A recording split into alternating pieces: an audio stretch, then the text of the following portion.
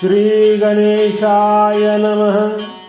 विश्वाचा जनिता म्हणे यशोदेसी माता, ऐसा भक्ताचा अंकित, लागे तैसी लावी प्रीत.